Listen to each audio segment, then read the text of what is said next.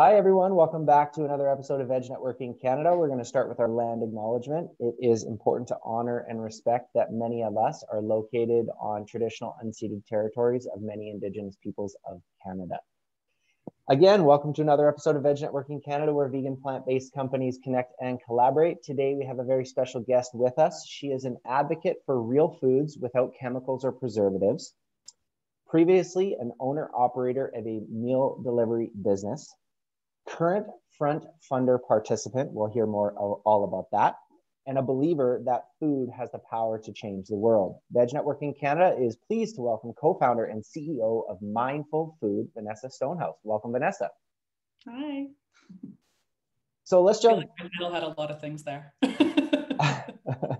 We're happy to fill in the gaps and hear all about more about you and your story, but we're going to start with sort of maybe more of a personal question, which is, what is your vegan plant-based origin story? Yeah, so I basically in 2018, it clicked for me. I had been seeing so many posts and hearing stories from vegans that had recently become vegan. And one day I was watching a video of male chicks being disposed of just because they were male. And that was it for me. That day, that was the one video that changed everything. Even though I'd been seeing horrific videos of slaughterhouses and all that kind of things, that's the video that really changed things. And it's also why I'm very understanding and open-minded about everyone's paths, because I look at myself and always thought of myself as an extreme animal lover. And I really didn't make the connection until that day. So, and really what I can only explain now is that was being like too late. That's extremely powerful. I think that's going to hit home for a lot of people. And I think that all of us can agree that that is probably one of the most powerful things that we can speak to and live from, which is we weren't all born vegan. So who are we to really be super hard or judge people? So amazing story. And those videos are, if you're open-minded enough to watch them, they're definitely going to have an impact and click at a different time for everybody. So thank you so much for sharing. So because this is all about business and entrepreneurship, can you tell us a little bit more about your entrepreneur origin story, maybe some obstacles I think that you have overcome recently? Yeah, I mean, a bit of a background. I had a food truck when I was 18 until I was 23, way before trucks were cool though. And then in 2015, I started Feed Me Fit, which was a meal delivery service, and we delivered healthy meals around the Lower Mainland. Because I went vegan in 2018, I also changed the business to be plant-based as well. At the time, it was really scary because all of my customers were meat eaters. But I knew, like, I went vegan to make a difference. And I knew that as a business, I could make a greater impact. So I made the decision to change the business, and it actually paid off double, because I kept all of my customers and then gained a whole new group of them. And I definitely thank our plant-based meat for that, because I feel like it was an easy transition for people. So we actually made that business a separate business and called it Mindful Food.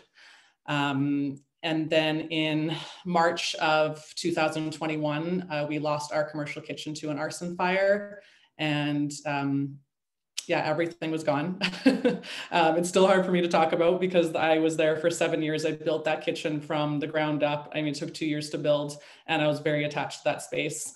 I'm like every other entrepreneur, and I was there 24 hours a day, slept on the couch. I did everything. So losing that space was definitely a big hiccup in the business, but the community rallied behind us, and a friend and a nutritionist did a GoFundMe page for us, and the community raised $20,000 in 3 days for us. And that really gave me the kind of the encouragement that I needed to keep going, because obviously when something like that happens, you're like, oh, do I keep doing this? Is it worth keep doing this? I literally had to start over. So the local Legion offered their kitchen to us for free, and we moved into the local Legion in Lynn Valley and started using their space, which we are still using today. And that's why we're actually also doing a Front Funder campaign to basically raise the funds to get into a new facility. So talk about entrepreneurial spirit, tenacious, not giving up, all these different things, right? We've all heard it before. You go through an obstacle, over, around, under, whatever it is. So it sounds like you've Been come through them up. all. Yeah, exactly, and come out the other side. But as we all know, there's always more coming down the pipe. So um, thank you so much for sharing more about that, and that's really cool that you did food trucks before they were cool. Way before they were cool. Yeah, absolutely. Okay, so in the business that you're in right now, what are some trends that you're noticing or have noticed in your industry? Well, uh, I think that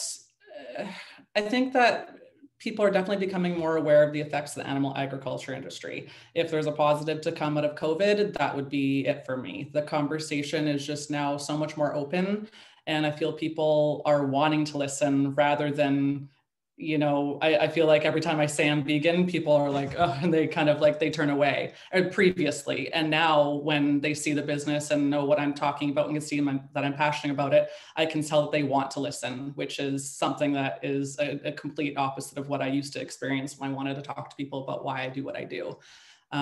So the fact that there's kind of a vegan alternative for almost every animal product that there is now is very encouraging as a vegan and as a vegan business owner, because it's just nice to see the demand for it kind of keep growing. Well, I think that there could be no better trend than people's minds being opened up. I'm sure all of us here and all of us listening have that auntie or uncle or grandma or whatever it is that they're starting to ask questions a little bit about certain alternatives or products that are offered out there. And that's massive. That's huge. Yeah. So very, The very, fact that very. my parents changed their diet over to almost entirely plant-based is huge, because when I first started, my dad was like, what are you going to make the chicken out of? And now he has his own stock in his own freezer, and he comes and gets it from the kitchen because he has our chicken almost every night. He loves it. So that's huge. Big meat and Oh, potatoes person. that must fill your cup like more than anything else. And yeah, I think that that's actually another trend that you noticed is the people close to us are adopting more because they're starting to see that it's working for their loved ones. Anyways, we could talk about that all day long. Yeah, I could. So mindful food, the Front Funder campaign, all of that, and maybe things that we don't know. The question is, where is your brand, Mindful Food, going in the future? Uh, yeah, we're focusing on wholesale into restaurants, cafes, and retailers first. I just feel like there's no reason in 2022 for there not to be a good vegan option in every restaurant. And I mean, obviously we want it to be ours. Our products are made in a kitchen, not in a lab. And I just feel that people deserve to eat real food and not have to resort to a chemical-based food as the only vegan option. We started local in Vancouver, but we're quickly adding central and northern BC to our list of retailers. And we will be announcing a partner deal with a major department store soon. Most likely be tomorrow morning. Yeah, I just literally just waiting for the last piece of paperwork and then I can announce that I wanted to do it today, but I'm going to wait till tomorrow. So I'll do that on my social media. So, and we're also being listed on a bunch of online retailers, which will actually allow us available in the US as well. Incredible. So online distribution throughout US, throughout Canada, obviously something really, yeah, obviously something really, really exciting, and that's cool. It's better that you're not telling us now. It's like a cliffhanger. People can follow up, Make figure you out what's tune in going. tomorrow. Yeah, exactly, exactly. So that's all extremely, extremely exciting. And the next question, no right or wrong answer. Maybe you do, maybe you don't. Maybe it's in the pipe. I don't know. But the next question is, what are some charitable organizations that you support or are looking to support? I try to always support as many as I can. I mean, I support in the way that I currently am able to by sharing stories, reposting, and providing. I'll provide free products, free giveaways for proceeds to go to organizations that are near to my heart or to a friend's. I donated 5 sample boxes to a giveaway for Homes for Hooves last month, and so that was fun to do because I've followed Homes for Hooves for a long time and I wanted to support them. So the fact that I was able to do that was fun. We're also, I was telling you guys before that partial proceeds of our retail products go to our own animal rescue fund. So that's what I want to do myself. And I mean, it'll be fun to share the stories of all the animals we can rescue from the proceeds from our retail sales. So that'll be coming in the next year or two. But yeah, everyone is basically donating online or proceeds are going from retail. Well, that's definitely a trend that I've picked up on personally, is consumers who are focused on vegan plant-based living are very interested in some of that money maybe being diverted to helping animals. And so that's amazing that you're doing that. Yeah. With all of your experience from the food truck to now, and all of the growth that you've had over the years, could you share maybe a or multiple book, podcast, or app that you would recommend that people may or may not have heard of? Yeah, I'm. That was an interesting question for me, because I mean, I read tons of cookbooks. I'm always, I mean, I always came up with the recipes for Feed Me Fit. I was kind of the creator of all the recipes, and my chef would just make them. I'd send them, show them the ingredients that I want to use and the picture I want it to look like, and they make that. And that was kind of how we ran Feed Me Fit. So definitely cookbooks like Eating for the Planet, Hot for Food, The Edgy Veg. I'm not a huge technology person. Instagram was even hard for me to learn how to use for a business, but I do follow most of kind of like cooking channels and things like that on Instagram. I'm just getting into podcasts and things like that in the past year. So yeah, all of the technology stuff is a little bit new to me. I'm not good even with apps. So definitely read books online and follow those kinds of pages on Instagram. Naturally, as somebody who's providing great quality food to folks, that totally makes sense that that's the what you're interested in terms of cookbooks. So that's great. So our second to last question, you can look at it from small town shop local lens, or maybe like global massive company lens. Either or both is fine. But what are some companies that you look to for inspiration? What are some companies that inspire you in your business? Yeah, there are so many.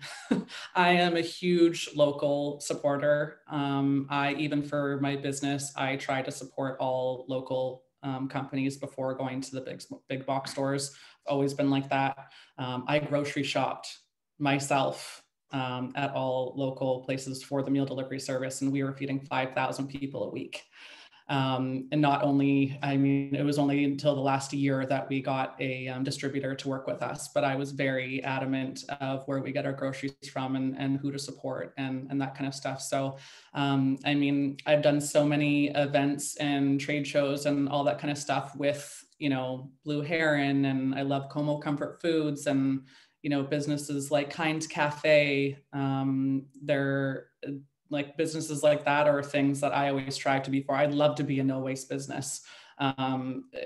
Unfortunately, there's things that come in the way until you get to a certain point, cost, and it can't be perfect until you get to that point. But somehow Kind Cafe has made it so, like, she was very determined.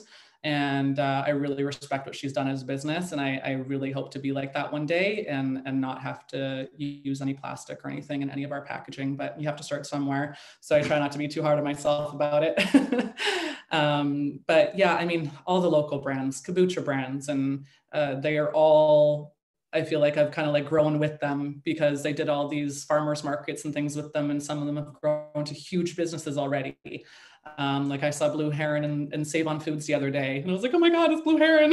Like they're like front and center, not just in the cheese section, they're front and center when you first walk in. That's huge. Like as a small business, I can't wait for that to be, my product sitting on the shelf right there for everyone to see. And so yeah, I'm definitely a huge supporter. I bought all the cheese that there was. I was like, I'm just gonna freeze it. I'm gonna buy it all. So they sell out in the store, and yeah, so it's definitely local for me. Well, just listening to the companies that inspire you is inspiring to us. Like, I don't know about everybody else listening, but just talking about how these companies inspire you gives me goosebumps, and I can like feel that So Yeah. that's amazing. And it's really, to be honest, like, yeah, that's the way it should be, right? So in terms of building a community and growing together, like you said. Yeah. So it feels like we started talking 30 seconds ago, but here we are already at our last question. And similar to like the charity question, it's always prefaced by there's no right or wrong answers. Take as much time as you want to answer it, make it as quick and simple as you want. But it is, what is some advice that you have for entrepreneurs and business owners, whether they're just starting, maybe in the middle of their journey, looking to pivot or differentiate, or maybe even looking for an exit or something like that? What is some advice that you have for those folks? I feel like my advice is kind of the advice that a lot of people give. It's just that you have to just keep going. Obviously, you've heard parts of my story now, and there's a lot of ups and downs. Some days you feel like it's impossible to overcome the obstacles, and some days you're on top of the world and doing happy dances all day long. So it's just, I mean, I'm not sure that that ever changes. So if your mission is aligned with your passion, then I feel like it's all worth it, because at the end of the day, all the things that I've gone through are, you know, even though it was only 8-9 months ago that the fire happened, I feel like it was almost 10 years ago now. We've gone through so much stuff since then that it's all been worth it. You know, all the obstacles to have to basically restart the business. And I mean, I feel like it couldn't get any worse than that. So if I can survive as a business going through something like that, it's because my passion is so strong for what I'm doing that I don't see any other option. And that's the kind of entrepreneurial spirit that people kind of have to have or find if you really love what you do.